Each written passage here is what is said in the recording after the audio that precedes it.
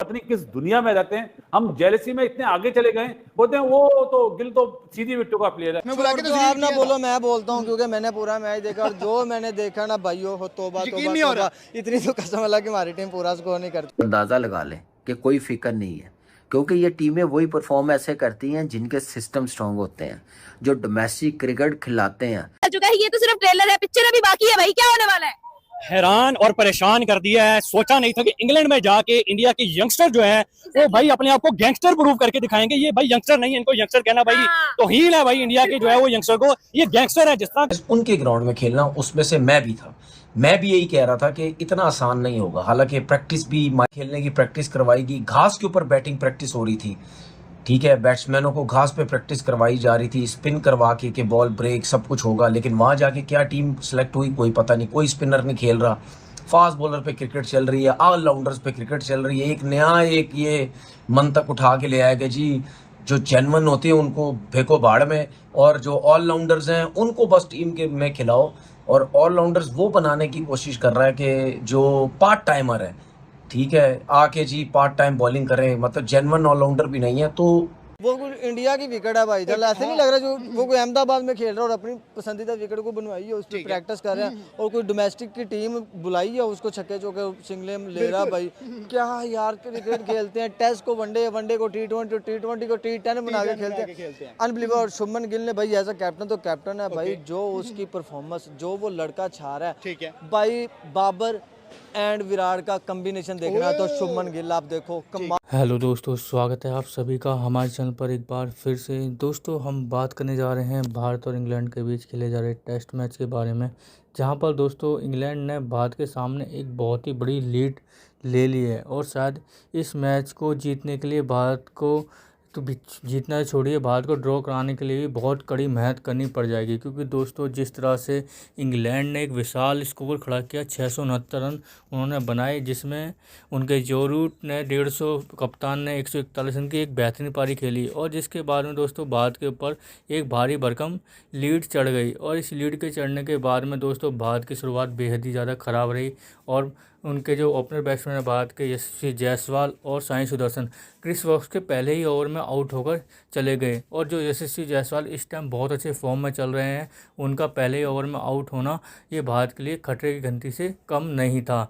और जिस तरह से दोस्तों अगर हम इंग्लैंड की बैटिंग की बात करें तो उन्होंने बहुत ही ज़बरदस्त बैटिंग करी इस मैच में, और काफ़ी अच्छी बैटिंग करके दिखाते हुए उन्होंने इंडिया को दिखाया कि वो अपनी होम कंडीशंस पर खेल रहे हैं और उन्हें डोमिनेट करना आता है कि किस तरह से भारत की टीम जो हमारे यहाँ पर खेल रही हैं उसको कैसे हमें हैंडल करना है।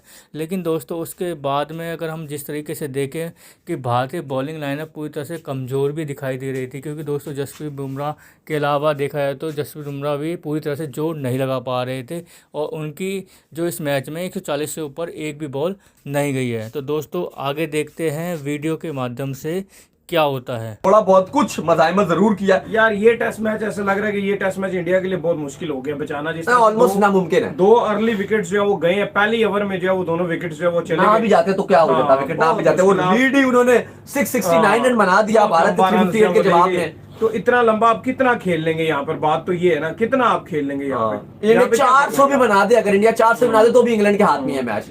आज भी अगर देख लो तो अभी ये सेशन 2 चल रहा है, डे 4 है, ठीक है। अगर आप यहाँ से 400 भी कर लेते हो या 450 भी कर लेते हो, अब बचना एक ही सूरत में पॉसिबल है कि आप आज और कल का दिन पूरा खेल जाओ, और कोई पॉसिबिलिटी। और अब ये है कि इंडिया जो है अब जब वेदर में कोई बारिश आ जाए, कोई कहानी आ, क्योंकि अब डे 4 आज एंड है, अगर इंडिया आज पूरा डे 4 खेल ले और कल का भी पूरा दिन खेल ले, वही बात है कि गिल जैसे उन्होंने पहले कोई इनिंग खेली थी, कोई 200 रन की पारी खेल दें, इस तरह की राहुल भी कुछ सेंचुरी मार दें, फिर तो कुछ चीजें इंडिया के हक में जा सकती हैं। दूसरे तरीके में नहीं होगी कि इंडिया तो 222 की जो 25 की लीड है ये भी उतारे और टेस्ट मैच को ड्रॉ की तरफ लेके जाए, फिर चीजें बेहतर हो सकती हैं कि इंडिया तकरीबन 200 एटलीस्ट इंग्लैंड के ऊपर टारगेट लगाए, 150-200 पर लगाए, और फिर इंग्लैंड के पास टाइम भी कम हो, तो फिर चीजें बेहतर हो सकती हैं। बाकी ये ऐसा लग रहा है कि मैनचेस्टर ओल्ड ट्रैफर्ड इंडिया के हाथ से मैच पूरी तरीके से निकल गया।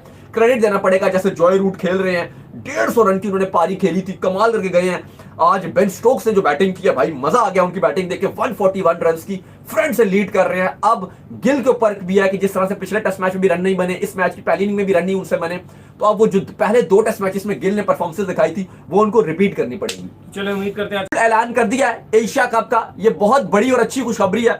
तमाम फिक्सचर्स आ गई हैं। ये एशिया कप 8 तारीख से आपका दुबई में यूएई में इसका मेला सजेगा, सॉरी 9 तारीख से, और उसके बाद 28 तारीख को इसका फिनाले खेला जाएगा। पहला मैच जो खेला जाएगा वो अफगानिस्तान और हांगकांग का खेला जाएगा, जबकि इंडिया वर्सेस पाकिस्तान पहला मैच 14 तारीख को खेलेंगे, और ग्रुप 4 का जो सुपर 4 का मैच है वो 21 तारीख को खेलेंगे, और फिर 28 तारीख को आपका फाइनल होगा। सुपर जो 4 है उसका भी शेड्यूल अनाउंस कर दिया गया। जो इंडिया है उसको A1 मान के चला जाएगा, पाकिस्तान को A2 मान के चला जाएगा, जबकि जो ग्रुप 2 है उसमें बांग्लादेश को B1 मान के चला जाएगा, जबकि श्रीलंका को B2 मान के चला जाएगा। अगर अफगानिस्तान किसी की भी जगह आती है तो जिसकी भी जगह आएगी वो उसका नंबर ले लेगी और फिर ये खेलेगी। लेकिन अली साहब, इस सब में जो इंपॉर्टेंट चीज है, आज एशियन क्रिकेट काउंसिल का जो चेयरमैन उन्होंने आज शेड्यूल जरूर जारी कर दिया, लेकिन इस टाइम जो भारतीय मीडिया में बहुत ज्यादा क्रिटिसाइज किया जा रहा है बीसीसीआई को लेकर। कल हमने देखा कि एक निजी भारतीय टीवी चैनल था, उसके एक जर्नलिस्ट ने राजीव शुक्ला के ऊपर एक माइक लगाया हुआ था और बार बार पूछ रहे थे कि आप पाकिस्तान से खेलोगे, क्या आप पाकिस्तान से खेलोगे, और वो खामोशी से चले गए थे। अब हम बात ये कर रहे हैं क्योंकि अभी इससे पहले WCL का भी मैच था, हम सुबह सारे ये बात कर रहे थे कि इंडिया पाकिस्तान का मैच होगा, खिलाड़ी भी ये बात कर रहे थे, लेकिन suddenly from nowhere last moment पे ये मैच जिस तरह से कैंसिल हुआ है, तो थोड़ा सा जो खौफ है ना वो क्रिकेट फैंस में पाया जाता है कि ये ना हो कि एक टाइम पर जब मैच बिल्कुल करीब आ जाए तो इतनी ज्यादा एक आप कह लो कि बाइकआउट का वो चीजें चलना शुरू हो जाए कि एकदम से लास्ट मोमेंट पर ये चीजें खराब हो जाए। तो ये तो एक थोड़ा सा रहेगा। तो दोस्तों, जैसे कि आपने देखा पाकिस्तानी मीडिया के रिएक्शन, जैसे कि दोस्तों आपको पता ही है भारत के ऊपर बहुत ज़्यादा लीड चढ़ी थी। इसके बाद में दोस्तों पाकिस्तानी मीडिया को ये लग रहा था कि भारत बहुत जल्दी अपने हथियार डाल देगा, लेकिन दोस्तों उसके बाद में देखा जाए तो जिस तरह से कप्तान शुभमन गिल और जो KL राहुल के लिए सीरीज़ बहुत ही ज़बरदस्त रही है। हालांकि दोस्तों भारत इस सीरीज़ में 2-1 से पिछड़ा हुआ है, लेकिन दोस्तों इन दोनों के लिए सीरीज़ बहुत अच्छी गई है, और आज इस मैच को अगर भारत को बचाना है, ड्रॉ कराना है, तो इसी दम पर करा सकता है कि KL राहुल और शुभमन गिल अच्छी तरीके से खेल रहे हैं और उन्होंने काउंटर अटैक किया है इंग्लैंड के बॉलरों पर, जिसके बारे में दोस्तों इंग्लैंड शायद अभी तो कुछ भी नहीं है। खैर हम ये कहने लगे कि इंग्लैंड दबाव में है, क्योंकि इंग्लैंड के ऊपर कभी भी इंग्लैंड के पास काफ़ी ज़्यादा लीड है। और दोस्तों लेकिन अगर कल इंडिया सही से खेलता है तो मैच आराम से ड्रॉ हो जाएगा, क्योंकि दोस्तों कल शायद बारिश भी बताई जा रही है, और अगर शुभमन गिल और KL राहुल अच्छी तरीके से खेलते हैं तो देखने वाली बात ये होगी कि भारत इस मैच को आराम से बता कर ले जाएगा, और ये उन लोगों के मुंह पर करारा तमाचा होगा जो लोग ये कह रहे थे कि शुभमन गिल एक दो मैच के ही खिलाड़ी हैं और जो चल गए चलना था। और उसके बाद में दोस्तों भारत इस सीरीज़ को अभी भी जीवित रख लेगा अगर इस मैच को बचाकर ले जाता है। अगर ऐसा हो गया कि शुभमन गिल और KL राहुल जल्दी और आउट हो गए तो दोस्तों भारत के लिए बात और ज़्यादा ख़राब हो सकती है, क्योंकि दोस्तों भारत के पास इतने बैट्समैन अब बचे नहीं हैं, क्योंकि ऋषभ पंत भी इस टाइम चोटिल बैठे हुए हैं, जो भारत के लिए करारा झटका है। तो दोस्तों कैसी लगी आज की हमारी वीडियो हमें कमेंट करके ज़रूर बताएं, हमारे को लाइक एंड सब्सक्राइब जरूर करें ताकि आपको हमारी वीडियो प्राप्त हो रही है। धन्यवाद।